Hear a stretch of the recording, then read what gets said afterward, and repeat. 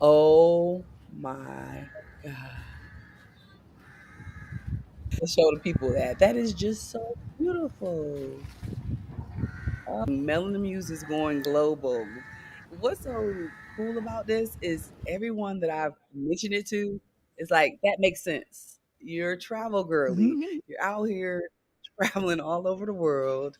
And why not really curate content and experiences around that? Well, that's what we're doing. Okay. Simone and I. So make sure you hit that subscribe button, comment below, give us feedback, let us know what you want to learn. So I'm Natina, founder of Melanin Muse, and we're going global. And I'm excited to partner with Simone. Please introduce yourself to the people. Yes. Hello, everyone. My name is Simone Cherie. I am a global citizen, a girl of the world, and I am for the last 3 years, actually, as of this month. I've been in my travel journalism era. I work for a major publication, getting to share our stories, Black culture, Black cuisine, Black communities around the world. It is really my goal to just have as many of us experience the world as possible. So this Mm, made sense. This connection was everything a girl could hope for. I'm really excited about it. And if y'all hear that crow squawking in the background, I'm so sorry. But I'm currently on the coast of Kenya in Malindi. So we are out here with the elements. That's it's going down. absolutely. I'm calling in from London. Yesterday I was in Amsterdam, so that was a cool 36 hours showing my husband around, having a ton of fun. But here in London, our daughter is finishing up a college program. And so we're visiting her and celebrating our sixth anniversary, marriage anniversary. Wait, 6 years of marriage and 11 years together. Kenya, what are you doing in Kenya? So actually, you know what's crazy? I think about a year and a half ago, I was in this space. People always ask me, what are you working on next? What you doing next? Next, next, next. It's always next. And I didn't have an ex. The only thing that I knew was that my spirit was saying, get your butt to the coast of Kenya. Go to Kenya. I had come here 7 years ago for my birthday, my 30th. I just had such a good time. I felt so full and taken care of and treated well that I was like, I want to do that again. And last time I was with a group of girls and we had a great time. This time I said, you know what? I'm going to go by myself. I I'm going to go to different parts. Last time we went to Mombasa and we did a couple of days in Nairobi. I said, let me experience some different things. And thankfully, I have a good friend here who gave me the rundown of all the different beach towns. I picked based on that. To be fair, I was like, maybe if I come to Malindi, I might just run into Naomi Campbell because she has a house here. So if I just get outside, maybe Naomi's out here too. It's been so lovely. Like I tell people all the time that like I want to travel to places where I am celebrated and I feel part of the community as opposed to being tolerated and having to fight for my life just to get regular service. When I come to the continent, that's what I get. That's what brought me to Kenya this year. I'm celebrating my birthday, which will be in a few days. I don't know when this is going to air, but September 12th, Virgo babies, we are in the building. okay. Yes. That 7 year rotation, like usually we're in 7 years, you whether you're for a relationship, a business, your life, like Mhm. goals, it's just that moment of like coming back to your roots or reevaluating where you are and what you should do.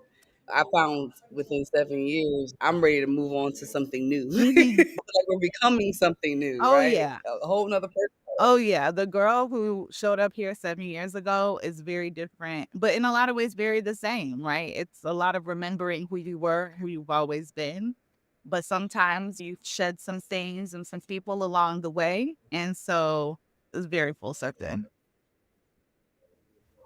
I know people are wondering, what is this? How did the two of you get together?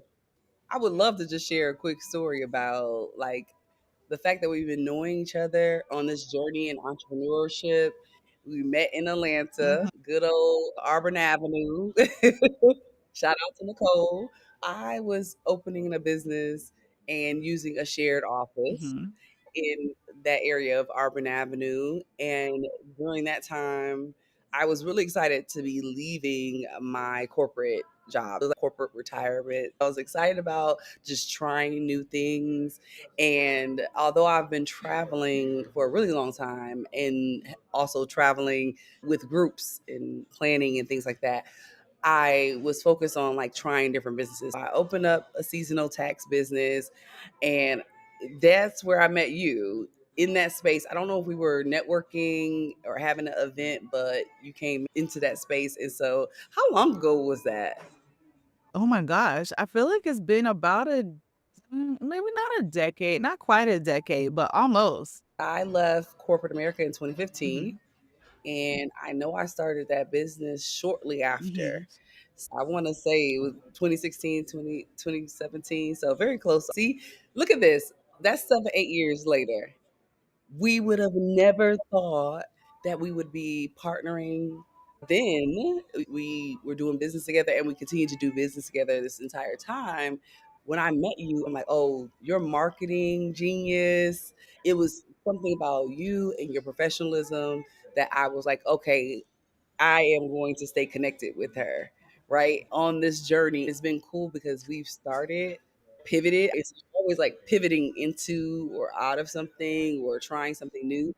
And for us to be on that journey, what can you say from the time we met before you was turning 30? What would you tell yourself now, back then, about entrepreneurship Ooh, and what that journey? ooh, golly, how much time we got? No, I'm kidding.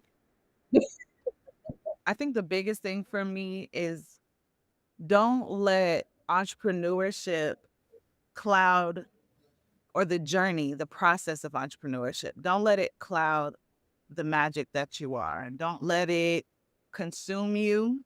Remember to have Mhm. a balanced life. Remember that your family and your friends and your places you love to go and do have a balanced life, right? Because inevitably Mhm. there are going to be ups, there are going to be downs in your business. And if you're not taking care of yourself, it's going to hit harder than it needs to. I Right. think that's the biggest thing that I would say to myself because I'm sure you've seen my mini pivots. Baby, I thought some of them was gonna take me out. I was like, "Baby," Right.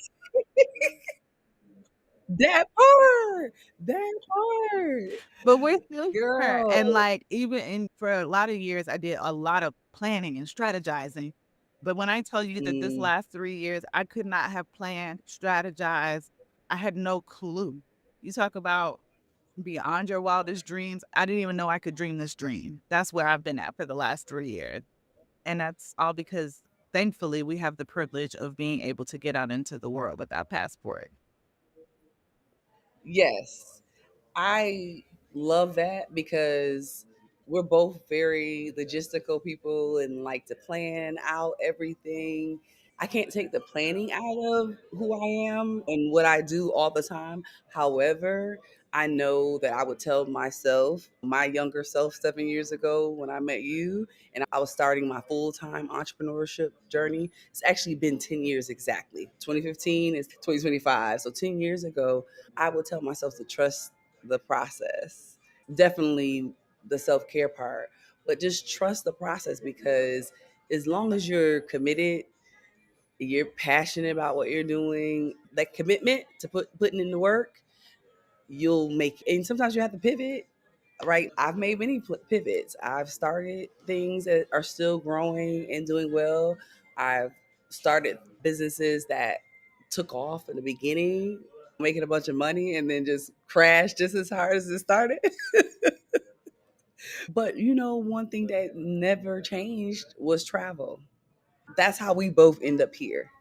Travel in the forefront of our lives, and that was part of my it is part of my self-care journey as well. Initially I was traveling, making sure that my family had these experiences that they may have not had before, whether I'm traveling around a music artist that I want to see, or I want to curate something special for the family, or I'm being voluntold that I will be planning a sister or friend's wedding, destination wedding all over the world.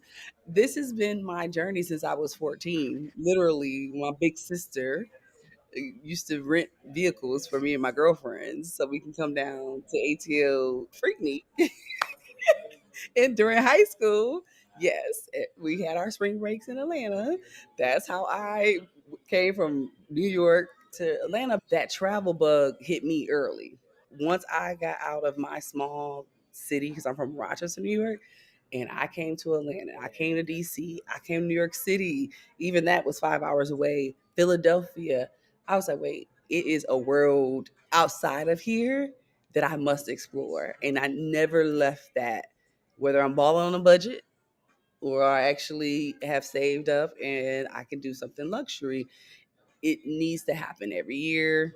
It's been a beautiful journey. I need to know, these 3 years you couldn't plan, you've experienced so much. Tell us something about this journey that we could take away, especially for you, because it was a big pivot. Yay. Well, I will say this, something that's been sitting on my spirit lately as the job market get real crazy, as the economy is potentially in shambles or on her way. I think one of the things that has always been my saving grace is the authenticity with which I approach my relationships, because this literally came about, and I'm going to shout her out to the ends of time, Erica Diaz, the B Firm PR. Actually, look, we're going to mention Nicole's name again because it was literally being at Nicole's birthday party in 2022 where Erica and I were catching up. And at that time, I was traveling. I had done like 2.5 months in like South and Central America, a month in, where was I? A month in Medellin, Colombia, a month in Lima, Peru, and then I did 3 weeks in Mexico City. I was documenting it just very casually, and catching up at that birthday party was where Erica Diaz literally said the sentence, "Why aren't you writing for Travel Noir?"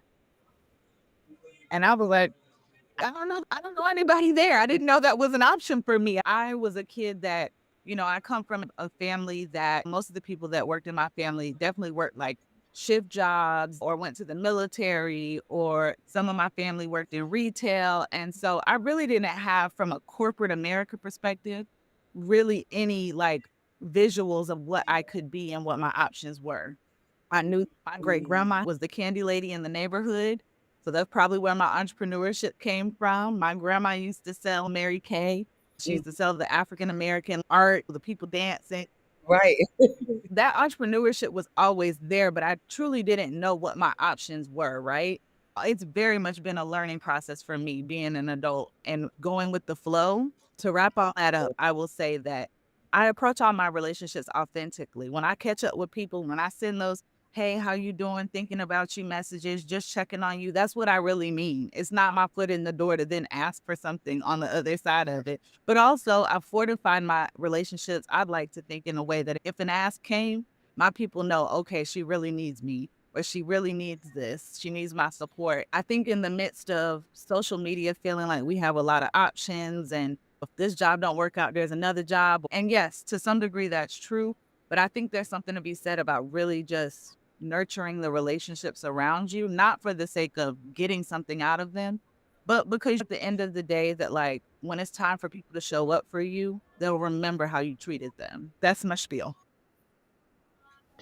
I love that. That's very true about the relationship part is essential because that's how you 7, 10 years later end up in those same circles, like with Nicole or the birthday party and things like that. It's about being genuine to who you are and treating people the way you want to be treated. I didn't mention that I am an official travel advisor. And I've been doing this for the last 2 years with For Travel. And I love it. I love the fact that I have now taken what I have been doing since I was 14 with traveling, mostly with groups. Because I was the planner and logistics person, I was always part of curating what the experience would be. When I joined For Travel, I decided that I would only do group travel. I wanted to focus on what was true to me, and that was curating these large events and really thinking through all the details of how do you make it an experience that you will want to document, that you're really immersed in whatever the cultural experience could be in that area, from the food. I'm a foodie, I love to cook, and it's all about my palate. I really need to have my flavors and the things that I'm really into making sure if we come together as a community. Are we connecting as a community, gathering? I'm really happy to now be taking Melanin Muse into the travel space because it only makes sense. It is truly who I am.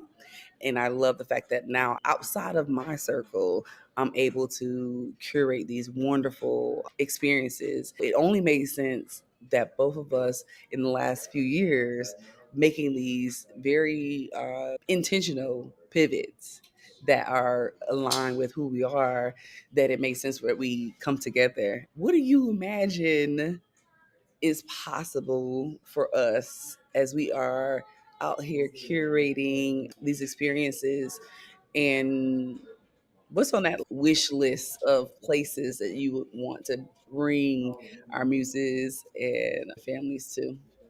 Oh, I'm on the continent. I have done, and now 2 weeks ago, I was in Zimbabwe. Not a brag, just reality. And that was my 10th African country. And I will say that I really love Kenya and I really love South Africa. I know people have their feelings about Cape Town, given the demographic of the city, which people go to Joburg for to get their African diaspora vibes.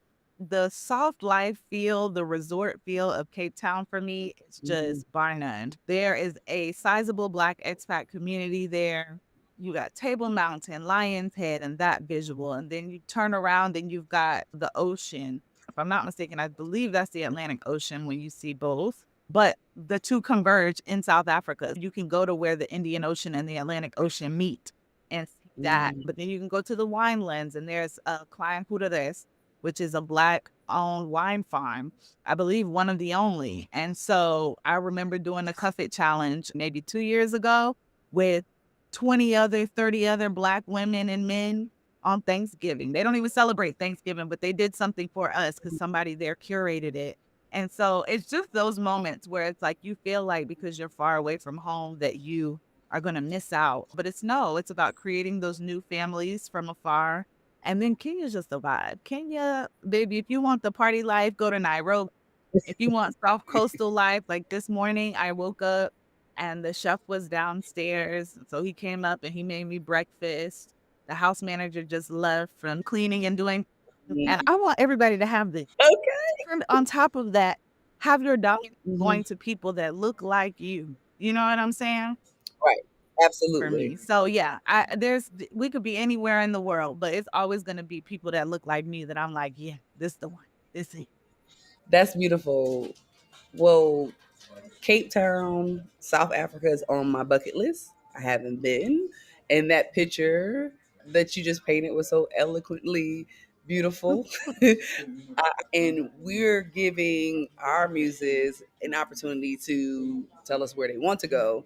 But I will share that one of the things I am excited about in curating these experiences together is taking people to places that they may have not ever thought they would go. So if we're going to East Africa, also visiting Tanzania, when I first started to research Tanzania because a family member had moved there, I was looking up CDC because this is now 2021 when I was getting ready to go. Yeah, I went in 2021 for the first time.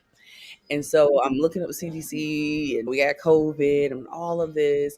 And it's on the do not travel list. It's probably still on the do not travel list, right? Do not travel to Tanzania. That's why it's important that we come together as Black and Brown communities and travel together and unlearn the things that we're being taught through media or government or whatever is going on. Because we get to Tanzania in 2021 and I was forever changed to see the community life, people loving on each other, everyone's kaka, everyone's dada. We are brother and sister, no matter where you're from. like it is a genuine, the most beautiful people I've met. I've met in Tanzania, in New Orleans. New Orleans. Listen, look, quick fun fact. Let me just say. So I'm a military kid. New Orleans was one of the places my mom was stationed when we were growing up, third to fifth grade, because that's just how I remember it. I tell people all the time that New Orleans are my favorite demographic of American. Okay, New Orleans folks, whether they like you or they don't like you, you're gonna know exactly where you stand, and they just something about the way that they take care of you, make sure you're good, look out for you. As soon as they say baby, when they say baby, like I can't say it the way they say it, but when they say it can be my Uber driver. It doesn't matter. I just feel like home. That's my auntie. That's my uncle. It doesn't matter. I believe that the people in Louisiana and the culture there are the closest to the culture that we once had and our ancestors had on the Mhm, continent.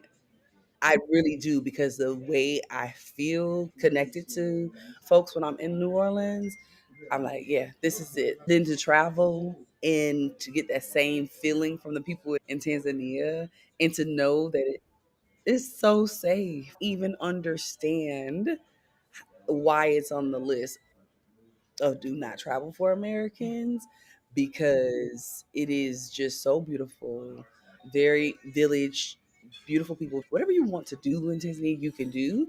However, there's also still a lot of tradition held there. We had the most amazing 2 weeks there for our first visit, and we went back this year for the second time.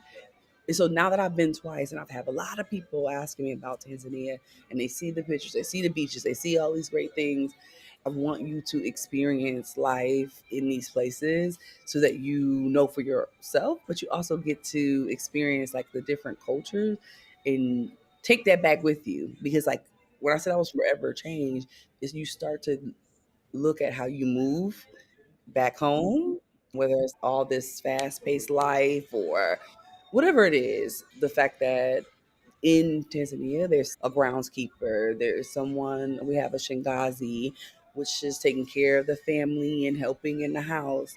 It also made you realize that some people probably frown on you having a housekeeper or having someone come help you, a nanny. Here in America, well, this was our culture, right? We employed people. If you were wealthy enough in the sense of wealth of family and you have the means, that's what you're supposed to do. You are supposed to be able to employ people. You're not supposed to hold on to all the money anyway. So that changed my perspective on some things because I worked hard raising that child. I could have used a little help, but I was told I all myself, go to work, go to school, take care of the child, whatever you have to do. yeah.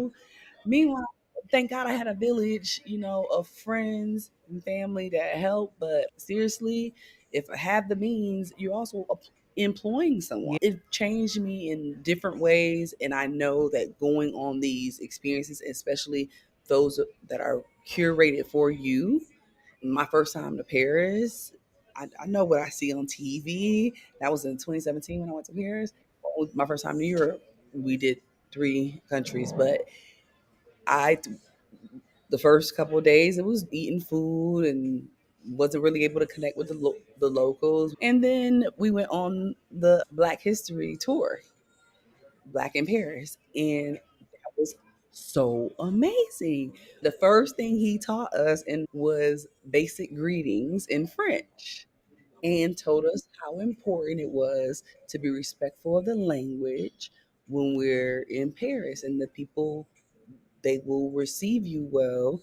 Just trying to say bonjour, whatever it is. He just taught us some basic things, and we started to use that on because we spent the whole day going all over Paris, different places, and eating together, things like that, experiencing Black life and learning the Black history of the folks that have built things. Like there's a lot of history in Paris that I had no clue about. But we also saw how well we were receptive when we started to just greet people in their language. It's not like that everywhere, Yeah. but we really did experience a different level of customer service. That's not a bad thing. They want you to come and greet them in their language. But look, my Paris experience was Really on the up and up. We went to go see Usher, to your point of traveling for concerts.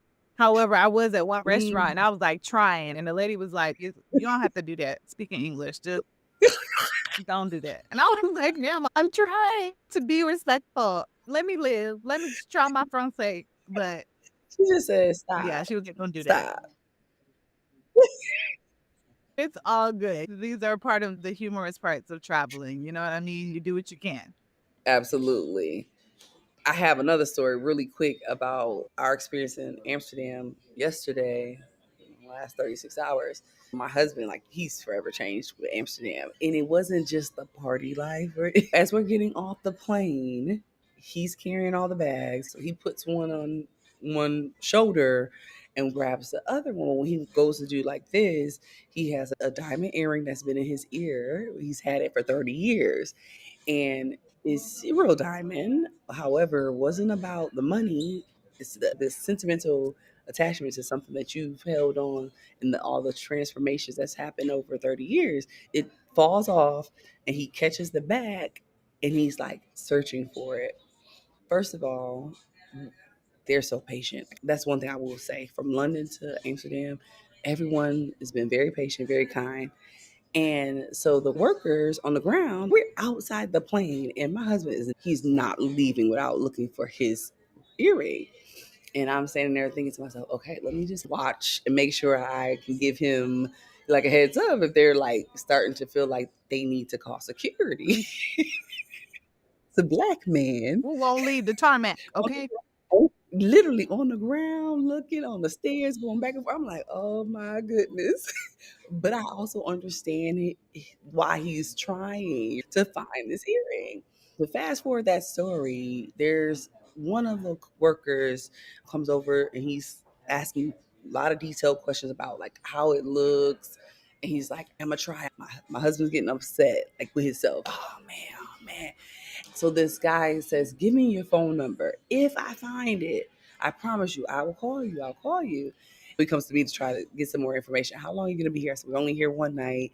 We're going over to London, but you can still call because we'll make it happen. And he said, okay, fine. We leave. My husband's disappointed, but he lets it go. We're literally just getting to Amsterdam. So we go, we're having an amazing time.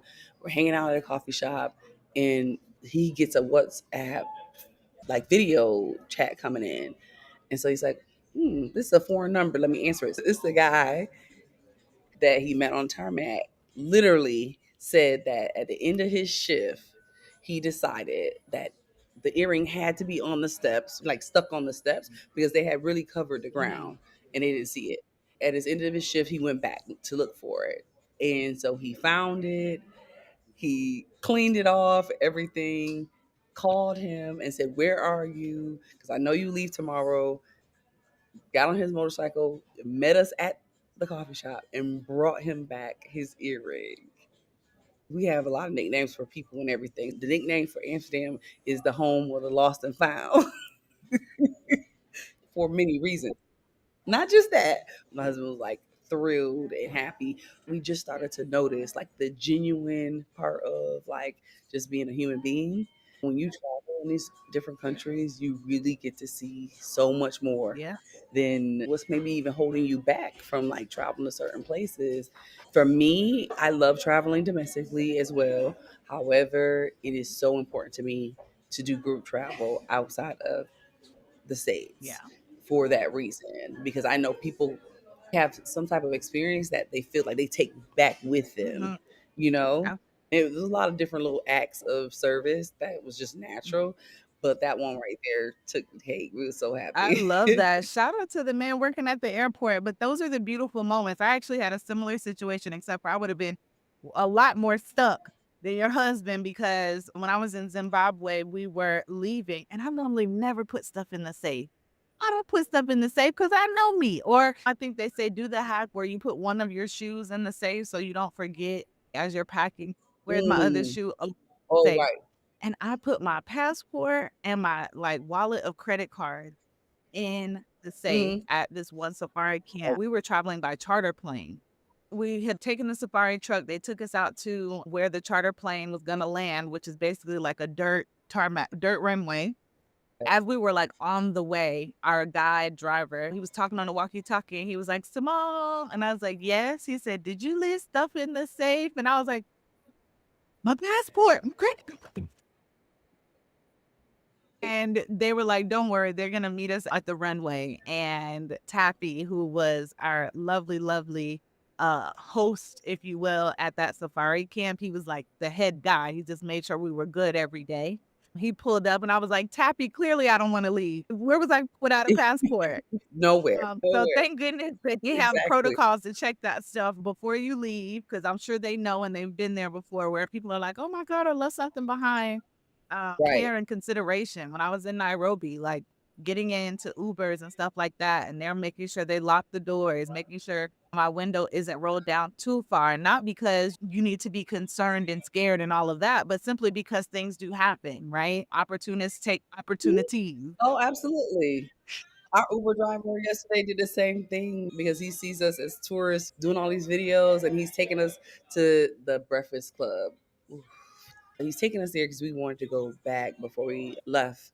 And he's driving us in, and he says, be careful when you get out with the tourist stuff of having your phone up and taking video and stuff. He just educated us on what was going on currently in the climate and things, and just that there are some folks out here snatching and grabbing, things like that in the area that we were in. The welcoming of foreigners to the country is beautiful.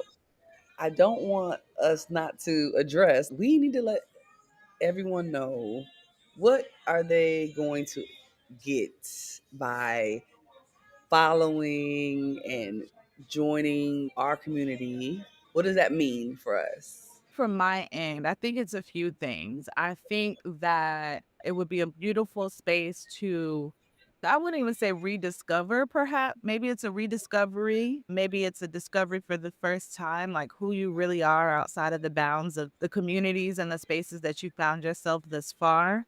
I think travel Mhm. allowed me to step into the fullness of who I am, not being in the best scenarios. The communities, the tribes and places that we find ourselves allow us to be our full selves, but sometimes they don't, right? Sometimes there are things that you like to do that the rest of your friend group doesn't. And sometimes there's things that you're interested in, but you're like, oh, I don't know how people's gonna feel about that. I don't know. Then we have our loving families who mean us so well.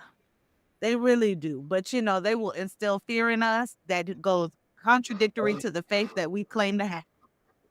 And so I love my family, but if I had listened to a lot of them, I wouldn't have gone half the places I've gone to, because I would have let that fear rule my decision making. I think not necessarily fearless, like without fear at all, but just fearing less enough to say, I'm going to try to do this thing. And so finding like-minded people like that, right? That's what you get in this community. Finding people who don't think your dreams are crazy and don't think you going to Kathmandu is out of bounds, or Uzbekistan. And yes, that's a real place. People who are willing to see you where you are, but also hold space for who you're becoming. And people who just want to get out in the world and stretch their capacity, see how far they're willing to go in the best way, in the good ways, not the crazy way. So yes, I think there's three things and a possible four. Okay, if we're talking spades talk. Community. I think community is major. It's really important. I cannot tell you how full I feel knowing that I have people all over the world. When I landed in Nairobi, I only knew two people, but those two people turned into six. And so if that's the kind of life you want to live, let's help you do that. Let's help you figure out whether you want to solo travel, whether you want to group travel, whether you are thinking about joining travel and tourism from a career perspective. I know this is the community that will serve you in the best ways. Of course, content, right? So joining our community, joining us on this journey means that you get access to content, whether it's learning new people in the world who are doing dope things, whether it is again from that career and business perspective of how do you really go about this? Where do you need to be showing up?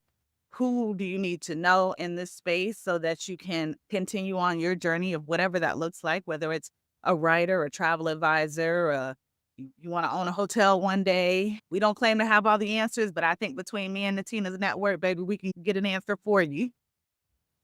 And so content for sure, whether that's video, audio, just all the things. We're really, really excited. How to's, recommendations, places to go, things to do, all of that.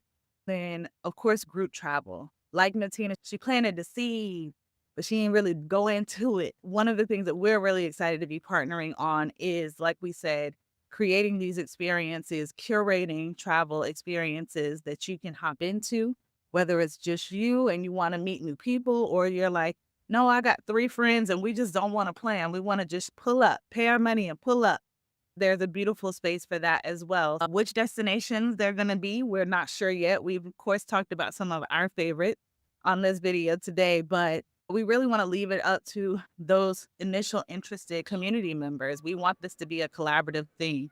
And so if there are places that you are interested in, of course, we will always love in a little engagement. So you can always drop in the comments places that you love.